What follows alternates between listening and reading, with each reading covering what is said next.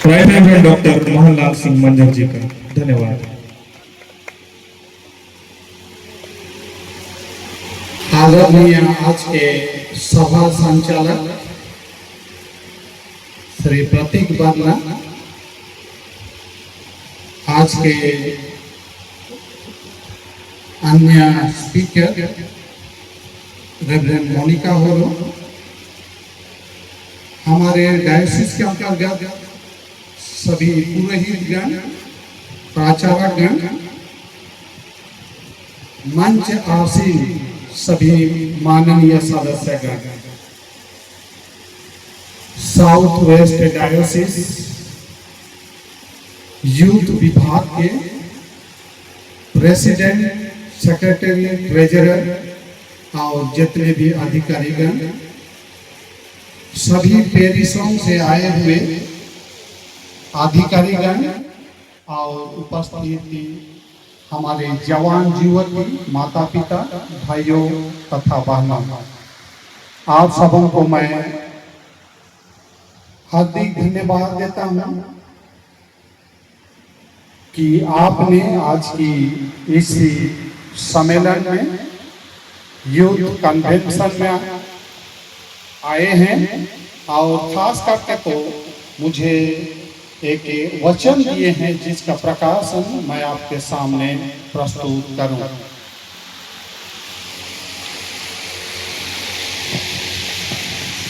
तो इस प्रकाशन में आने से पहले हम वचन पर ध्यान दें।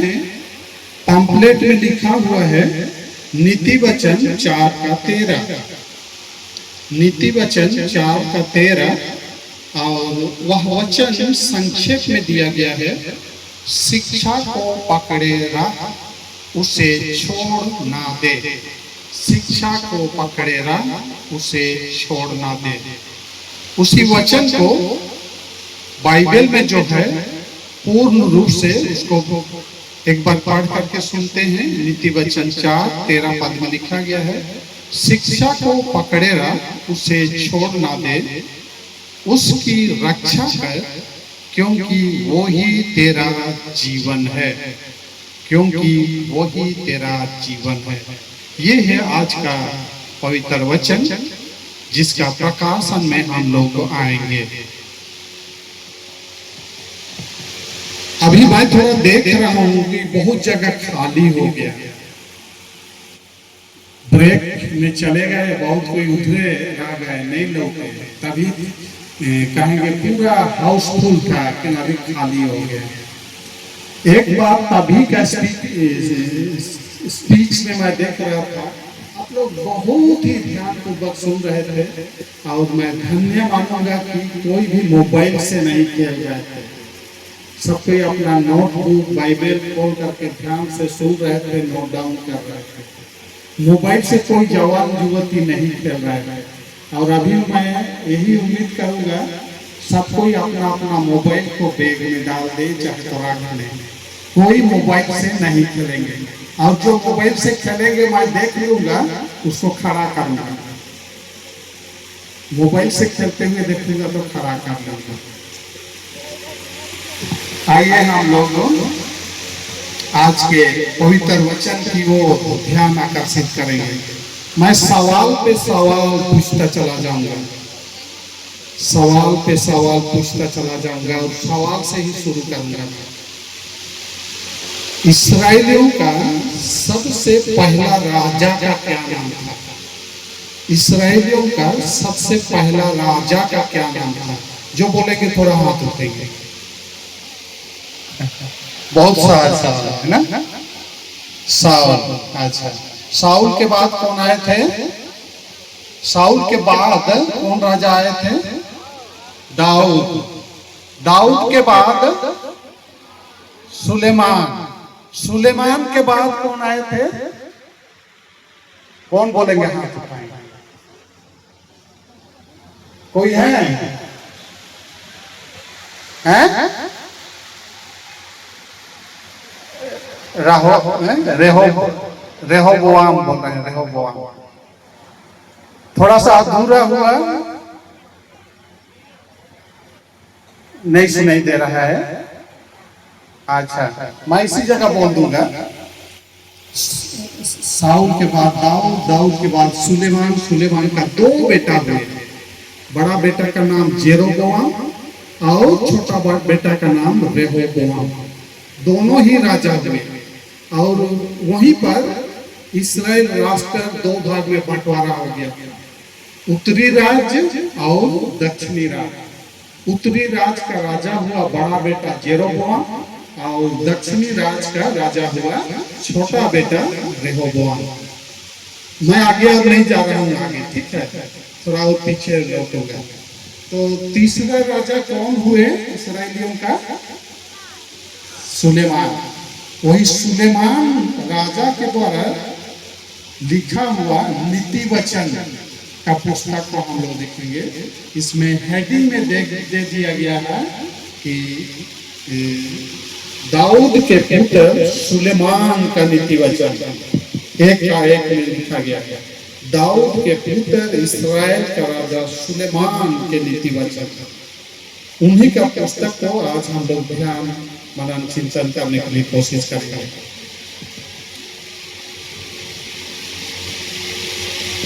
प्यारे जवान युवती लोग, क्या आप जानते हैं कि बाइबल का 5 किताब जो होता है उसको एक खास नाम दिया जाता है।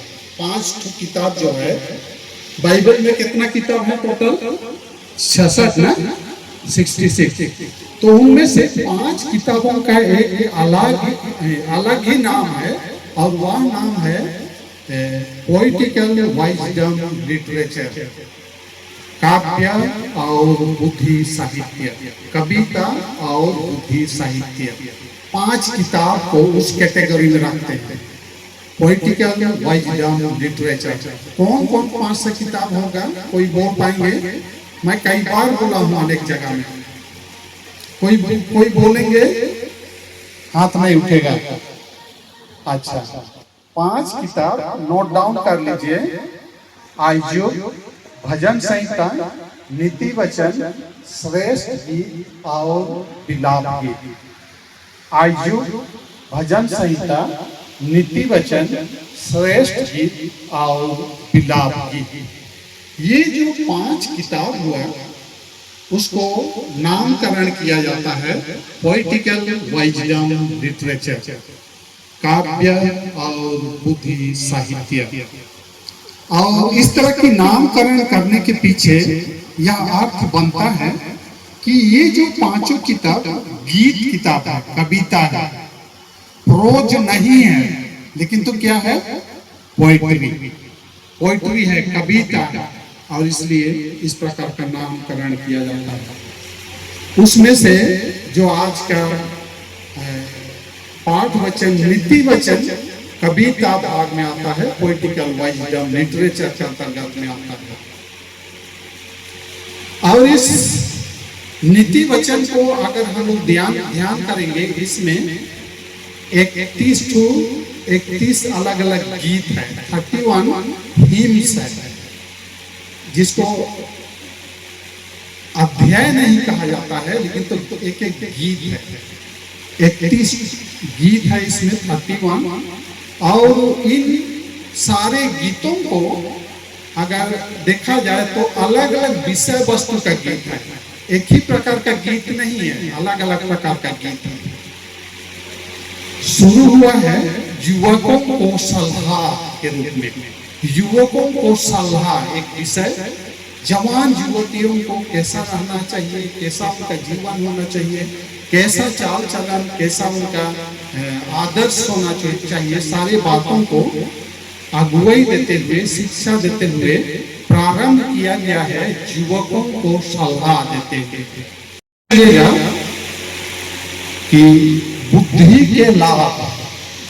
के लाभ, कैसा ज्ञान और बुद्धि का लाभ होता है, प्राप्त होता है, उस विषय में दिया गया है।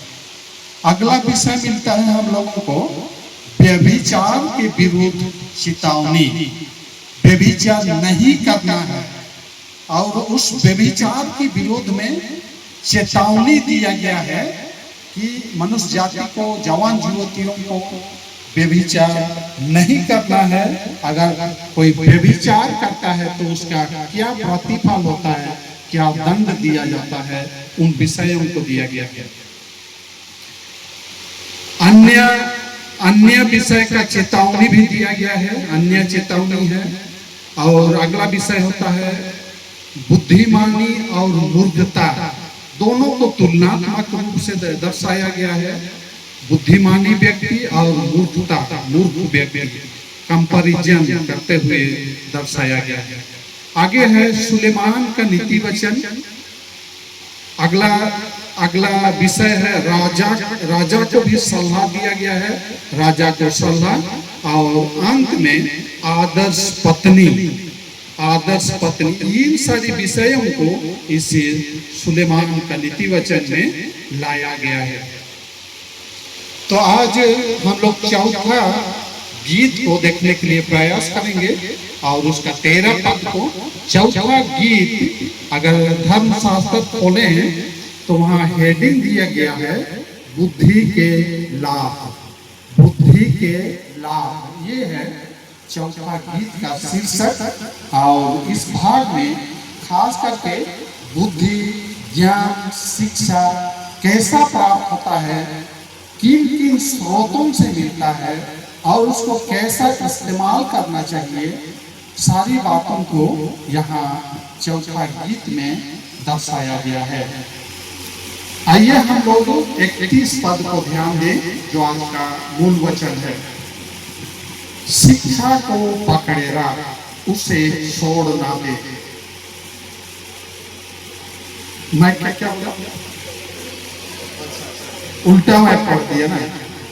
नीति वचन 4 का 13 जो आज का वचन है, शिक्षा को पकड़ेगा, उसे छोड़ ना दे, उसकी रक्षा कर, क्योंकि वो ही तेरा जीवन है।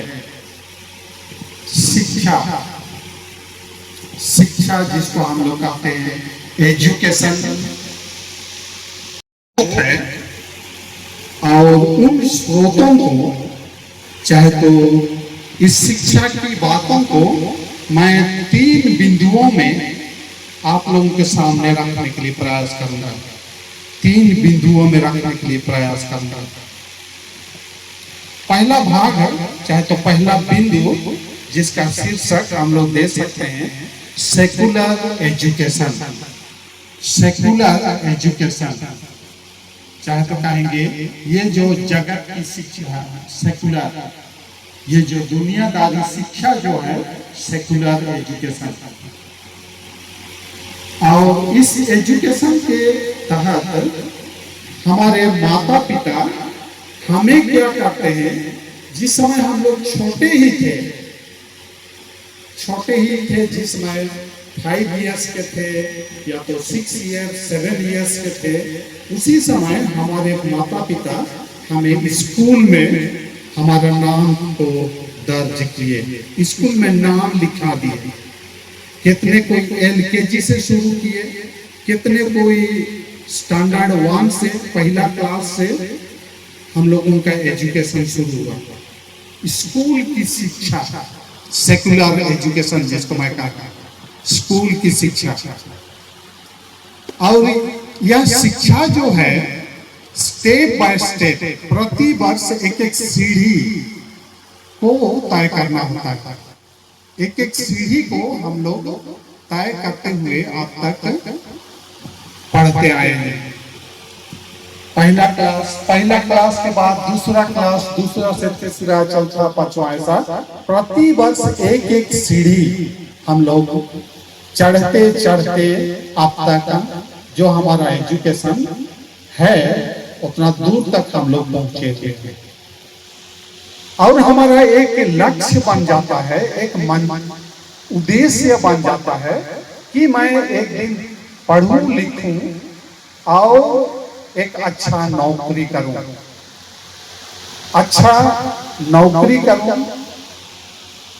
रेस्पेक्टेड पोस्ट मुझे मिले, अच्छा वेतन मिले, जिससे मेरा और मेरा परिवार का मैं देखभाल कर सकूं। यही तो हमारा लक्ष्य और उद्देश्य होता है।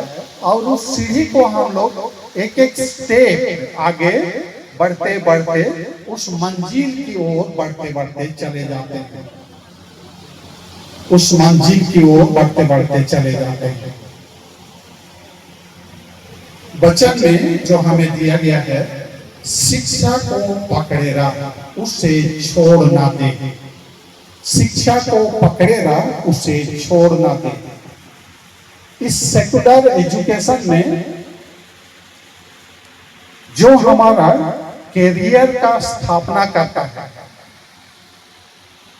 सेकुलर एजुकेशन हमारा जीवन का स्थापना करता है, हमें उस मुकाम या मंजिल तक ले आता है और हम अपना कहेंगे अपना कदम को स्थिर रख पाते हैं, अच्छा नौकरी मिलता है, रेस्पेक्टेड पोस्ट में मिलता है, अच्छा वेतन मिलता है। वहां तक पहुंचने के लिए हमारा एक लक्ष्य और मंजिल होता है। लेकिन जैसा मैंने कहा, सीढ़ी जब चढ़ते चढ़ते हम लोग ऊपर को जाते हैं, कुछ सीढ़ी आगे बढ़ने के बाद हमारा शिक्षा प्राप्त करना रुक जाता है। शिक्षा को पकड़े रह उसे छोड़ ना देते। हम लोग वो शिक्षा को छोड़ देते हैं। 1 2 3 4 5 6 7 8 8वां स्टेप, आप 8वां सीढ़ी तक पहुंचते पहुंचते कितने कोई छोड़ते छोड़ते चले जाते हैं। 8वां सीढ़ी तक, 7वां 8वां सीढ़ी तक पहुंचते पहुंचते कितने कोई स्कूल को धीरे धीरे छोड़ते चले जाते हैं। बहुत कोई मैट्रिक भी नहीं पहुंच पाते हैं, बहुत कोई मैट्रिक पास कर जाते हैं, बहुत कोई मैट्रिक में फेल भी हो जाते हैं। और जब फेल हो जाते हैं उसी समय हम अपना कहेंगे हिम्मत को, अपना उद्देश्य को भूल जाते हैं और आगे का पढ़ाई को वहीं हम लोग रोक देते हैं, नहीं पढ़ते हैं, दोबारा मैट्रिक के लिए तैयारी नहीं करते हैं और वहीं से हमारा जो लक्ष्य की ओर बढ़ रहे थे रुक जाता है, हमारा कदम वहीं थम जाता है।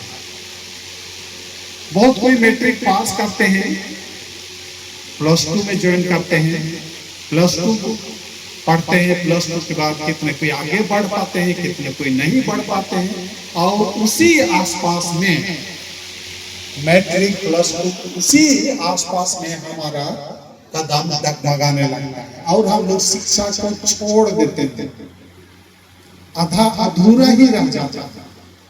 उस लक्ष्य को, उस मुकाम तक पहुंचने के लिए तो हमें बहुत सारा सीढ़ी तय करना था, लेकिन उस मंजिल तक पहुंचे बगैर हम अपनी शिक्षा को वहीं त्याग देते हैं, छोड़ देते हैं। और इसके पीछे ढेर सारे कारण हैं। माता पिता चाहते हैं कि मेरा बेटा, मेरा बेटी बढ़िया से पढ़े लिखे, अच्छी अंकों के साथ उत्तीर्ण हुए, अच्छा ग्रेड मिले, फर्स्ट क्लास में पास हुए, अच्छा नौकरी करे। ये हर एक माता पिता का एक ख्वाहिश होता है, एक इच्छा होता है और वे लोग देखना चाहते हैं कि मेरा बेटा, मेरा बेटी उस मुकाम तक पहुंच पाए। लेकिन माता पिताओं का सोच, उन लोगों का लक्ष्य सब टूट जाता है, सब टूट जाता है और हम शिक्षा को त्याग दे देते थे। हम आगे बढ़ नहीं पाते थे, लेकिन हमारा पांव इसे कहेंगे सांसारिक बातों में खो जाता है और हमारा पढ़ाई वहीं रुक जाता है। शिक्षा प्राप्त करने की जो एक स्रोत था, कहेंगे एक मार्ग था, उस मार्ग से हम लोग भटक जाते हैं। इसके पीछे कई कारण है। पहला कारण तो यह है कि टीन एज कहने पर क्या होता है, कितने कोई टीन एज सुने हैं? टीन एज जो लोग सुने हैं जानते हैं, थोड़ा हाथ उठाएंगे तो क्या क्या टीन एज कहते हैं? बहुत कम हाथ उठ रहा है। अच्छा, जो लोग हाथ उठाए हैं आप लोग धन्य हैं, जानते हैं।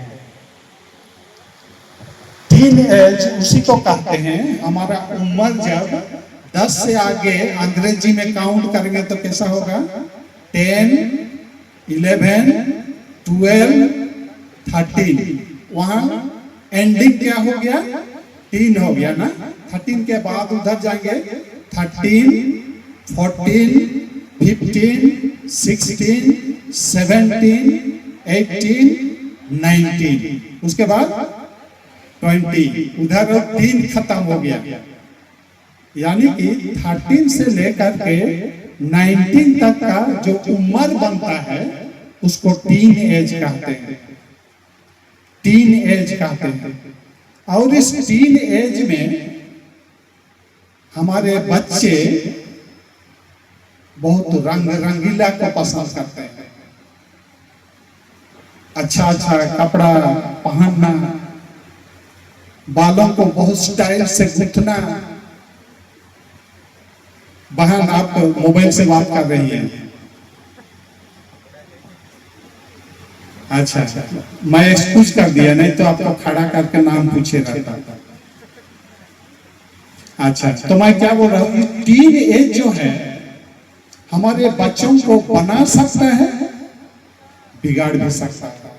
लेकिन इतना खतरा है, इसी जगह हमारे बच्चे अगर संभाल नहीं पाए, माता पिता ध्यान नहीं दिए अपने बेटा बेटियों को इस टीन एज तक, अधिक संभव है बेटा और बेटी लोग बिगड़ जाएगा। इसलिए खास करके माता पिता को ध्यान देना है कि इस टीन एज में कैसे मैं अपना बेटा और बेटियों को संभालूं, कैसे उन्हें अच्छा मार्ग दिखाऊं, कैसे प्रभु की शिक्षा में आगे बढ़ाऊं और उनका जीवन को सजाऊं और संवारूं। इस बात को माता पिता को विशेष ध्यान देना पड़ता है। और इस एज में जैसा मैंने कहा, हमारे बच्चे रंग रंगीला को पसंद करते हैं। अच्छा अच्छा पहनना, ओढ़ना, घूमना फिरना, बाजार जाना, शहर घूमने जाना, तरह तरह की रंग रंगीला चीजों को वे लोग पसंद करते हैं। और इस एज में हमारे बच्चे लोग अच्छाई के बदले बुराई को बहुत जल्दी ग्रहण करते हैं, बहुत जल्दी बुराई का शिकार हो जाते हैं। इसलिए प्यारे बच्चे, जो लोग अभी टीन एज में हैं, थोड़ा संभल करके चलिएगा, संभल करके चलिएगा। जब 19 एज को पार कर जाते हैं, 20, 21, 22, तब थोड़ा थोड़ा उन लोगों में सोच बूझ का ज्ञान आता है। क्या भला है क्या बुरा है, उसका सोच उनके मन में आता है। लेकिन तो टीन एज में क्या भला है क्या बुरा है, इसका ज्ञान नहीं हो पाता। प्यारे बच्चे और खास करके माता पिता भी इस टीन एज को बहुत गंभीरता से ध्यान देने की बात है। बहुत बच्चे लोग इसी टीन एज में बिगड़ जाते हैं। जवान लोग गलत रास्ता में, जैसे पहले का स्पीकर बोल रहे थे कि नशापान की ओर चले जाते हैं। बहुत कोई ऐसा है, लड़कियां भी भटक जाती हैं और जो उस समय का वातावरण होता है, एनवायरनमेंट होता है, उसमें बहक जाती हैं और गलत राह पर चली जाती हैं। मैं याद करता हूँ एक बच्ची 16 साल की उम्र में मां बन गई। क्या विश्वास करेंगे? 16 एज में वो मां बन गई और वह भी शादी किए बिना शादी किए 16 उम्र में मां बन गई और एक बेटी को जन्म दी। वह बेटी भी 2-3 महीना रहने के बाद डेथ कर गई। डेथ कर जाने के बाद वह माँ जो 16 साल में माँ बनी थी, लड़का के घर तो चली गई थी लेकिन तो अपना बेटी का डेथ हो जाने के बाद फिर से वो लड़का को छोड़ दी, जिसके साथ चली गई थी उसको भी छोड़ दी और फिर वापस चली गई। अब उसका जीवन कैसा होगा? उसका जीवन कैसा होगा? टीन एज में माँ भी बनी, जिसके साथ चली गई उसको भी छोड़ दी, अब उसका भविष्य जीवन क्या होगा? ये तो आज का हमारे इस वातावरण में है, जिसमें हमारे टीन एज के जवान युवती लोग भटक जाते हैं, गलत मार्ग में चले जाते हैं और शिक्षा वही समाप्त हो जाता है, उन लोगों का खत्म हो जाता है। और माता पिता का जो ख्वाब था कि मेरा बेटा या बेटी अच्छी तरह से पढ़ लिख जाए, एक अच्छा नौकरी करे, उनका सपना टूट जाता है, चकनाचूर हो जाता है। इसमें क्या माता पिता बहुत खुश होते हैं इस बात में? नहीं ना, बहुत माता पिताओं को बहुत दुख लगता है, बहुत ठेस लगता है। प्यारे जवान युवती लोग इस बात का ध्यान देंगे और कभी अपने माता पिताओं को दुख देने के मार्ग में ना जाए, अपने आप को संभाल करके चलें, शिक्षा को न्याय दें। आप दुनियादारी रंग रंगीली बातों में नहीं भटकेंगे तो आपका शिक्षा भी नहीं छूटेगा और एक दिन उस मुकाम को, उस मंजिल तक आप पहुंच पाएंगे जो आपको जाना है। अच्छा नौकरी, अच्छी कमाई, जिसमें आप और अपने परिवार को बहुत खुशी और आनंदता के साथ लालन पालन कर सकेंगे और कलीसिया को भी अधिक से अधिक दान दे करके सहयोग दे सकेंगे। ये है सेकुलर एजुकेशन, जिसको मैं पहला बिंदु में रखने के लिए प्रयास किया। दूसरा पॉइंट में आएंगे, वह है रिलीजियस एजुकेशन, धार्मिक शिक्षा। रिलीजियस एजुकेशन, धार्मिक शिक्षा। जैसा मैंने कहा, सेकुलर एजुकेशन तो बिल्ड्स कैरियर का स्थापना करता है, लेकिन ये जो दूसरा पॉइंट है, रिलीजियस एजुकेशन बिल्ड्स कैरेक्टर और स्पिरिचुअलिटी। ये जो दूसरी प्रकार का शिक्षा, रिलीजियस एजुकेशन, ये आपका चरित्र का निर्माण करता है, आपका आचरण का निर्माण करता है।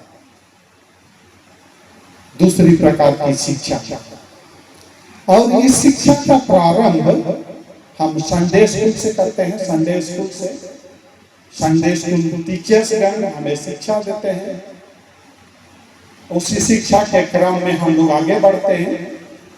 बढ़ते बढ़ते अनेक ऐसा प्लेटफॉर्म हमें मिलता है, ऐसा सम्मेलन के नाम से, सेमिनार के नाम से, और तरह तरह की ऐसा जो धार्मिक कार्यक्रम होता है, सारी धार्मिक कार्यक्रम के माध्यम से हमें धार्मिक शिक्षा मिलता है। उस और साथ ही साथ हम लोग जो अपना गांव टोला में रहते हैं, अपने मंडलियों में रहते हैं, जिसमें टोला समाज होता है, संडे चर्च सर्विस होता है, ये सब बहुत अच्छा प्लेटफॉर्म है जहां हमें रिलीजियस एजुकेशन, धार्मिक शिक्षा प्राप्त होता है।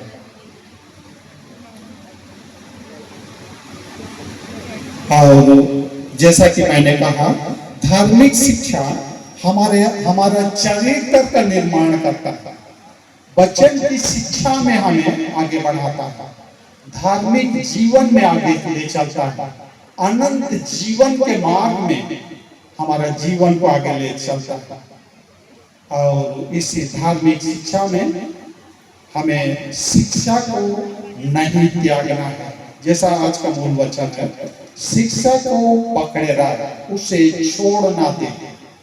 ये जो धार्मिक शिक्षा हमें दिया जाता है अनेक प्लेटफॉर्म के माध्यम से, उन धार्मिक शिक्षाओं को हमें छोड़ना नहीं है। यह धार्मिक शिक्षा हमारे अनंत जीवन के लिए मार्ग है, हमारा चरित्र निर्माण करता है, कैसे दूसरों के साथ बातचीत करना है, कैसे उनके साथ रहना है, चलना है, कैसे समाज जाना है, कैसे गिरजा बेदी में उपस्थित होना है, प्रभु की वचन की शिक्षा कैसा प्राप्त करना है, सारी बातों की गाइडलाइन, सारी बातों की प्रेरणा, मार्गदर्शन या धार्मिक शिक्षा हमें देता है। और इस निमित्त हमारे जवान युवती, बच्चे लोग, माता पिता सब कोई ध्यान दें कि इस धार्मिक शिक्षा को त्याग ना दें, धार्मिक शिक्षा को त्याग ना दें।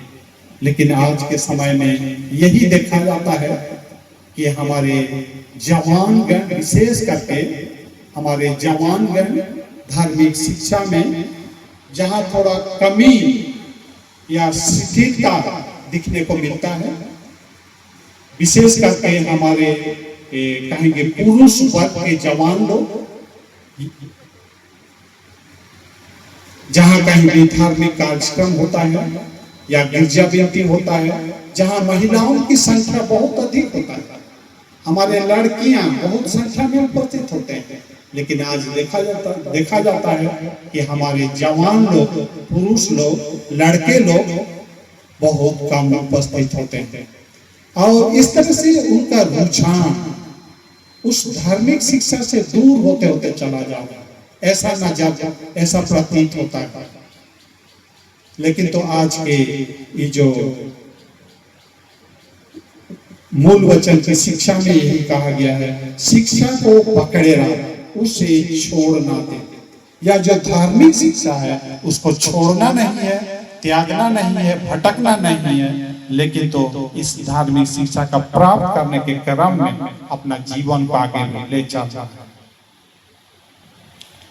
तीसरा और अंतिम बिंदु, थर्ड पॉइंट, जो शिक्षा प्राप्त करने का स्रोत है, जिसको मैं पॉइंट आउट किया हूं, नेचुरल एजुकेशन।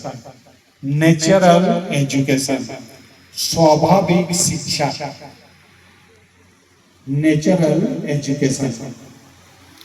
और इसके लिए कोई शिक्षक या शिक्षिका नहीं होते। स्पेशली दो प्रकार का शिक्षा, जिसको मैंने कहा सेकुलर एजुकेशन, रिलीजियस एजुकेशन, जिसके लिए शिक्षक शिक्षिकाएं होते हैं, टीचर्स होते हैं। लेकिन तीसरे प्रकार का जो शिक्षा हमें मिलता है, नेचुरल एजुकेशन, इसके लिए कोई स्पेसिफिक टीचर्स, शिक्षक शिक्षिका नहीं होते हैं। और यह जो स्वाभाविक शिक्षा, इसको हम लोग शुरू करते हैं अपनी माता पिताओं से। अपनी माता पिताओं से हम लोग सीखते हैं। और कहा जाता है हमारा माता पिता ही पहला शिक्षक और शिक्षिका है, एक नंबर का शिक्षक शिक्षिका है। माता पिता ही हमें मार्गदर्शन देते हैं, शिक्षा देते हैं कि बेटा या बेटी कैसा जीवन जीना है, कैसा आदर्शता के साथ जीवन व्यतीत करना है। सारी बातों की शिक्षा हमें माता पिताओं के द्वारा प्राप्त होती है। पहला शिक्षक और शिक्षिका है माता पिता। दूसरा नेचुरल शिक्षा में हम लोग पाते हैं हमारा फ्रेंड सर्कल है, हमारे मित्रगण, जिनके साथ हम लोग दिन प्रतिदिन के जीवन में उठते हैं, बैठते हैं, रहते हैं, संगति रखते हैं, वही लोग हमारा एक कहेंगे शिक्षक या शिक्षिका भी बनते हैं। अपने दोस्त यारों के साथ, सहेलियों के साथ जो हमारा जीवन रहता है, हम लोग उनके साथ रहते हैं, ढेर सारी बातों को हम लोग उनसे सीखते हैं। Friend circle. अगला प्रकार का है एल्डर्स। हमसे जो बड़े हैं, उम्रदार हैं, बुजुर्ग हैं, उनसे हम लोग शिक्षा प्राप्त करते हैं। उनके साथ संगति रखने के द्वारा, उनके साथ बातचीत करने के द्वारा हमें स्वाभाविक रूप से शिक्षा प्राप्त होता है। अगला बिंदु होगा कि एनवायरनमेंट, हमारा इर्द गिर्द का जो माहौल है उस माहौल से भी हम लोगों को शिक्षा मिलता है। हम अगर शहरी वातावरण में रहते हैं तो शहर का माहौल हमें मिलता है। गांव देहात में रहते हैं तो उस गांव देहात का माहौल हमें मिलता है, उस माहौल से हमें शिक्षा मिलता है। और सबसे बड़ी और महत्वपूर्ण बात तो है स्मार्टफोन, जिसको कल का ओपनिंग स्पीच में हमारे वाइस प्रेसिडेंट बहुत विस्तृत रूप से बता रहे थे, और आज भी पहले की वक्ता रेवरेंड मोनिका बता रही थी स्मार्टफोन के विषय में। मैं भी उसी बात को सामने लाता हूँ। स्मार्टफोन जो है एक ज्ञान का भंडार है, ज्ञान का भंडार है। इस दुनिया में जो कुछ भी विषय है सारी बातों को हम मोबाइल स्मार्टफोन में पाते हैं, लेकिन उसका उपयोग के ऊपर है, कैसे हम उसका उपयोग कर रहे हैं। अच्छी उपयोग कर रहे हैं तो हमें ज्ञान मिलेगा, शिक्षा मिलेगा, और उसका दुरुपयोग कर रहे हैं तो हमारे जीवन को अंधकार में डाल देगा, हमारे जीवन को अंधकार में डाल देगा। दुख कठिन भरा जीवन हमारा होगा। स्मार्टफोन जिसको हम अच्छी इस्तेमाल करें, अच्छी अच्छी शिक्षाओं को देखें, सुने, समझें और जीवन के लिए ग्रहण करें। लेकिन आज के हमारे जवान युवती लोग स्मार्टफोन का अधिकतम समय में दुरुपयोग करते हैं, अच्छी बातों को नहीं देखते, नहीं सुनते, लेकिन तो बुराई की बातों, जो गलत मार्ग की बातें हैं, सारी बातों को देखते हैं और अधिक समय उन्हीं बातों में अपना समय को गंवाते हैं। प्यारे जवान युवती लोग, क्या आप लोग स्मार्टफोन का सही इस्तेमाल करते हैं? अगर करते हैं तब आप लोग क्या बता सकते हैं? ऑपरेशन सिंदूर रिसेंटली एक इशू आया हुआ था, ऑपरेशन सिंदूर। ये क्या है? जो लोग बोल पाएंगे थोड़ा हाथ उठाएंगे तो। ऑपरेशन सिंदूर, जवान युवती लोग क्या है? देख रहे हैं, एक भी हाथ नहीं उठ पा रहा है। ऑपरेशन सिंदूर क्या है? पीछे तरफ एक हाथ उठा, पीछे और एक तो दो एक हाथ उठा है, सामने आगे मुश्किल से 2-3 हाथ उठ रहा है। तो इसका मतलब है आप लोग अच्छी बातों को, शिक्षा की बातों को मोबाइल फोन में नहीं देख रहे हैं। पूरा दुनिया जान गया, लेकिन आप लोग नहीं जान रहे कि ऑपरेशन सिंदूर क्या है ना।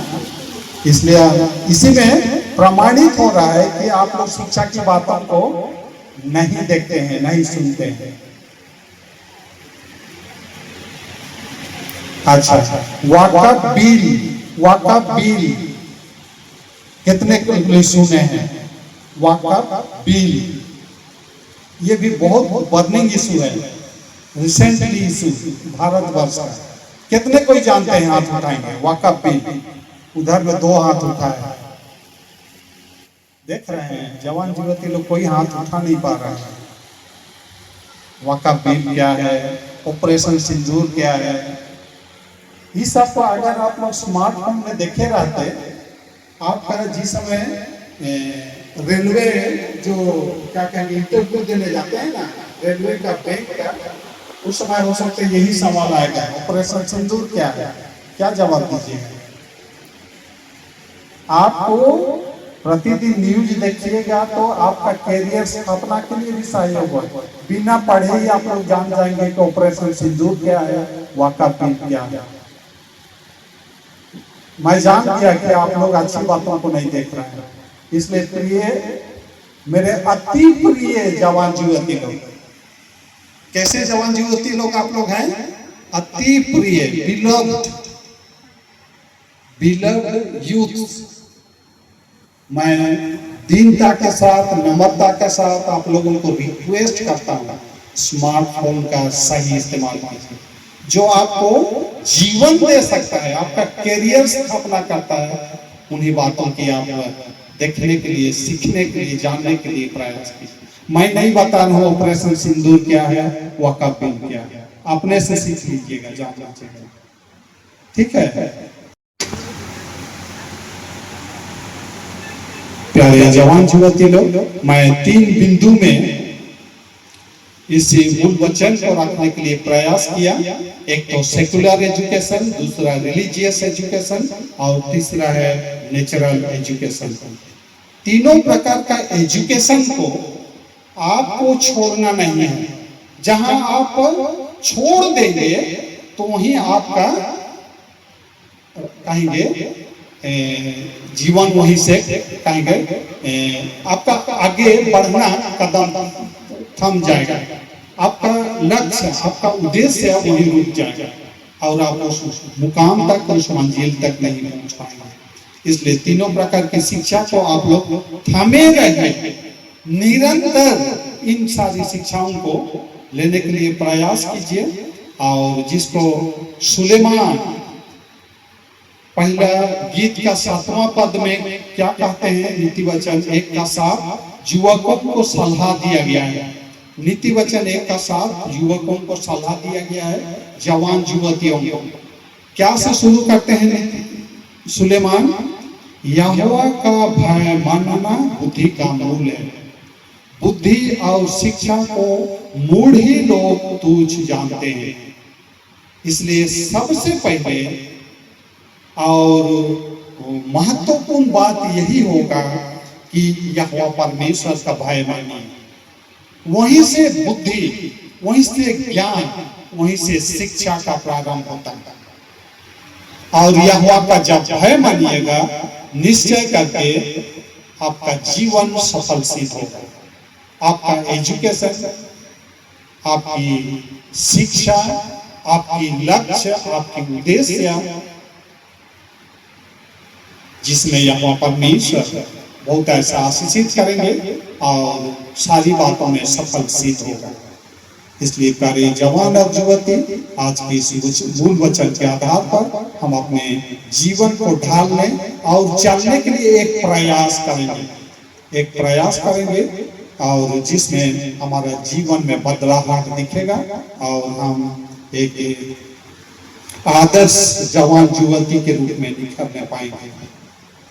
मैं इन्हीं शिक्षाओं के साथ मेरा शिक्षा देने का क्रम को विराम देना चाहूँगा और अंत में हमारे डायोसिस के यूथ विभाग के अधिकारी और जितने भी अधिकारीगण हैं यूथ विभाग के, और आप सबों को बहुत बहुत धन्यवाद देता हूँ। Thank you.